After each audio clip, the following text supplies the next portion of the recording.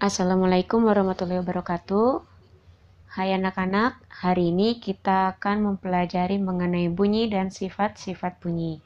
Sebelum kita memulai pelajaran, mari kita berdoa dulu menurut agama dan kepercayaan masing-masing. Berdoa dimulai.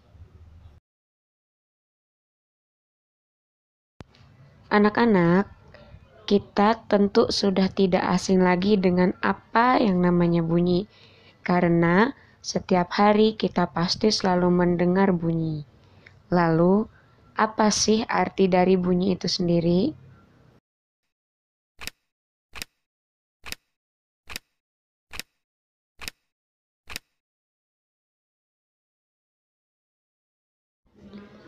Bunyi adalah getaran dari benda yang merambat atau benda yang bergetar akan menghasilkan bunyi. Lalu, semua benda yang bergetar dan menghasilkan bunyi disebut dengan sumber bunyi. Ini adalah contoh sumber bunyi. Ibu sudah sediakan contoh sumber bunyi berbentuk alat musik dari daerah Jawa Barat. Alat musik ini memiliki bunyi yang berbeda dengan cara membunyikannya yang berbeda. Ada angklung yang dibunyikan dengan cara digetarkan, suling dengan cara ditiup, karinding yang ditiup juga, ada calung, arumba, dan cemplung yang dimainkan dengan cara dipukul, serta rebab dan tarawangsa yang digesek. Benda-benda ini akan bergetar jika kita mainkan dengan caranya masing-masing dan akan menghasilkan bunyi yang akan sampai pada telinga kita.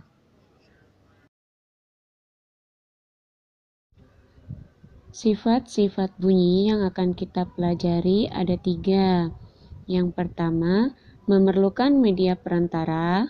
Kedua, bunyi dapat dibiaskan. Dan yang ketiga, bunyi dapat dipantulkan.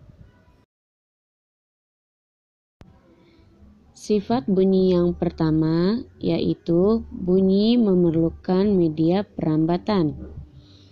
Media perambatan bunyi dibagi menjadi 3, yaitu melalui benda padat, melalui benda cair, dan melalui gas. Contoh bunyi memerlukan media perambatan seperti sekarang. Kalian sedang mendengarkan penjelasan ibu. Jika kalian mendengarkan dengan menggunakan headset, berarti media perantara bunyi yang digunakan oleh kalian adalah benda padat, yaitu headset. Jika kalian tidak menggunakan headset, artinya secara langsung dari handphone, maka media perantara yang kita gunakan adalah udara. Lalu, bagaimana media perambatan melalui benda cair? Nah, itu bisa kita buktikan jika kita atau pada saat kita berada di kolam renang.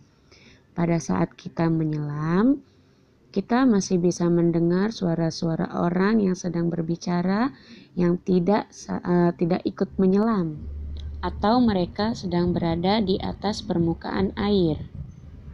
Di antara ketiga media ini, media perantara yang paling baik digunakan adalah media padat atau melalui benda padat, karena bunyi akan lebih cepat terdengar ke telinga manusia daripada melalui benda cair atau benda gas. Dan bunyi tidak akan dapat kita dengar jika tidak ada ketiga media itu, atau kita berada pada ruang hampa. Contohnya jika berada di luar angkasa.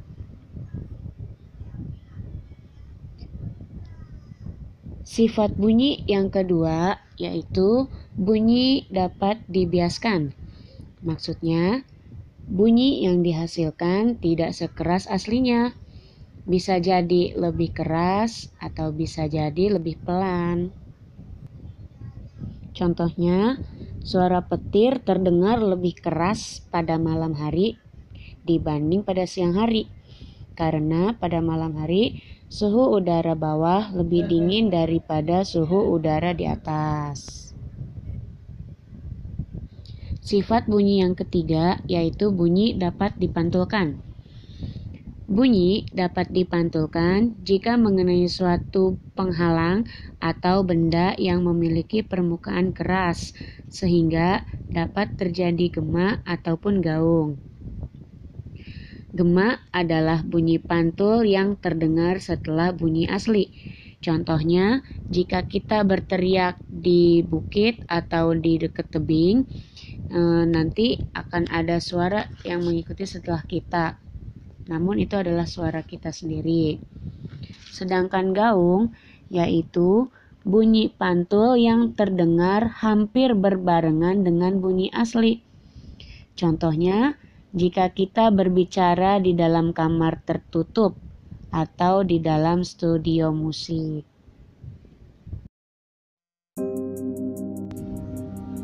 Demikian pembahasan kali ini, semoga dapat membantu kalian selama kalian belajar di rumah. Ibu akhiri, billahi taufiq wal hidayah.